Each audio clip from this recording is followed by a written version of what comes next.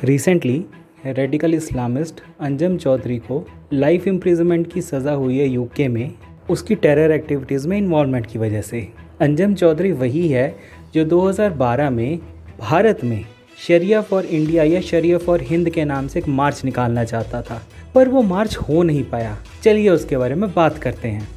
फरवरी 2012 में अंजम और उसके एसोसिएट्स ने शरिया फॉर हिंद नाम का एक मार्च अनाउंस किया। यह मार्च 2012 में होना तय हुआ था और दिल्ली में पार्लियामेंट के सामने होना था। उसके लिए उसके ग्रुप ने एक वेबसाइट लॉन्च की शरिया फॉर हिंद के नाम से। अंजम का मेन मकसद ये था कि भारत को इस्लामिक नेशन बना दिया जाए और यहाँ पर शरिया लॉ लागू किया जाए और कॉन्स्टिट्यूशन को ख़त्म कर दिया जाए। वेबसाइट पर यह कहा गया कि मुस्लिम्स बहुत पावरफुल रूलर हुआ करते थे, उनको अब ऑप्रेस कर दिया गया है। इंडिया की सरकार इनकॉम्पिटेंट है और मुस्लिमों पर राज कर रही है। पर शरिया फॉर हिंद प्रोजेक्ट का मेन मकसद है कि इस्लामिक डोमिनेंस को सब कॉन्टिनेंट में वापस लाया जाए। अब उसकी इंटेंशंस बिल्कुल क्लियर थी, पर उस समय यूपीए 2 के अंडर जो होम मिनिस्ट्री थी उसने कुछ भी नहीं किया और शायद अंजम को वीज़ा भी मिल गया था। अदरवाइज़ वो इस तरह की अनाउंसमेंट इतनी कॉन्फिडेंटली कैसे कर पाता कि वो मार्च निकालने वाला है। उस समय मनमोहन सिंह जी प्रधानमंत्री थे और पी चिदम्बरम जी हमारे होम मिनिस्टर थे। अब ये अनक्लियर है कि उस समय अंजम को परमिशन देने का आइडिया किसका था कि वो शरिया फॉर हिंद का मार्च दिल्ली में पार्लियामेंट के सामने निकाल सके। थैंकफुली तजिंदर पाल सिंह बग्गा, जो कि अब बीजेपी के लीडर हैं, उस समय भगत सिंह क्रांति सेना के चीफ हुआ करते थे, उनको मार्च के बारे में पता चल गया। एडवोकेट विकास पदौरा की मदद से बग्गा ने दिल्ली हाई कोर्ट में अंजम को रोकने के लिए PIL दायर की।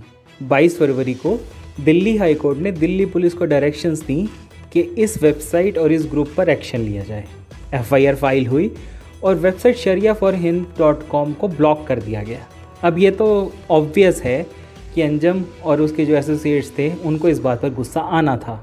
अबू बारा, जो कि शरिया फॉर हिंद का चेयरमैन था, उसने एक लेटर पब्लिश की जो कि दिल्ली पुलिस को लिखी गई थी।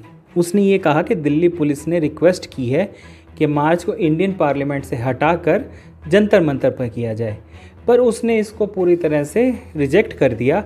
उसने ये कहा कि वो सिर्फ अल्लाह के लॉज को मानेगा और उनका जो एम है वो इंडिया के कॉन्स्टिट्यूशन को रिप्लेस करना है शरिया से। पर ये अबू बारा है कौन? अबू बारा एक इस्लामिक रेडिकल है जो यूके में रहता है। अंजम चौधरी का एसोसिएट है और बांग्लादेशी ओरिजिन का है।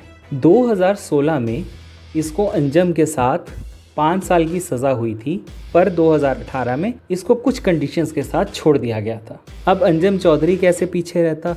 उसने भी सेडिशन के चार्जेस का रिप्लाई किया और यह क्लेम किया कि वो पीसफुल एडवोकेसी ऑफ शरिया इन इंडिया के लिए आ रहे हैं। उसने इंडिया को हिपोक्रेट कहा in regard to freedom of expression.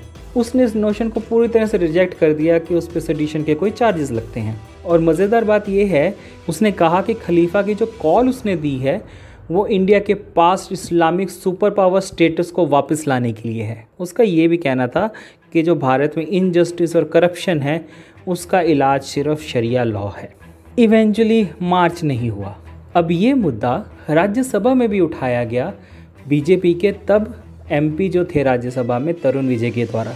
उन्होंने सरकार से पूछा कि क्या सरकार को पता था कि ऐसे किसी मार्च को प्लान किया गया है, और अगर पता था तो क्यों इंतज़ार किया गया कि प्राइवेट पर्सन कोई कंप्लेंट करे, और क्यों इसकी वेट की गई कि दिल्ली हाई कोर्ट की इंस्ट्रक्शंस आएँ कि इन्वेस्टिगेशन को शुरू किया जाए।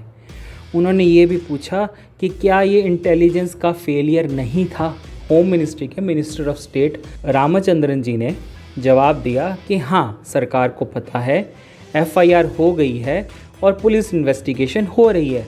पर जो बाकी के सारे सवाल थे कि प्राइवेट पर्सन का वेट क्यों किया गया, दिल्ली हाई कोर्ट की इंस्ट्रक्शंस का वेट क्यों किया गया, इसका कोई भी जवाब नहीं दिया गया। सिर्फ और सिर्फ तजिंदर पाल सिंह बग्गा की वजह से अंजम इंडिया में नहीं आ पाया। अब जब अंजम को उम्र कैद की सज़ा हो गई है, हमें ये नहीं भूलना चाहिए कि तब की यूपीए 2 की भारत सरकार शायद इस इवेंट को होने देती। यह सोचने का विषय है। और अंत में बग्गा जी, थैंक यू। जय हिंद।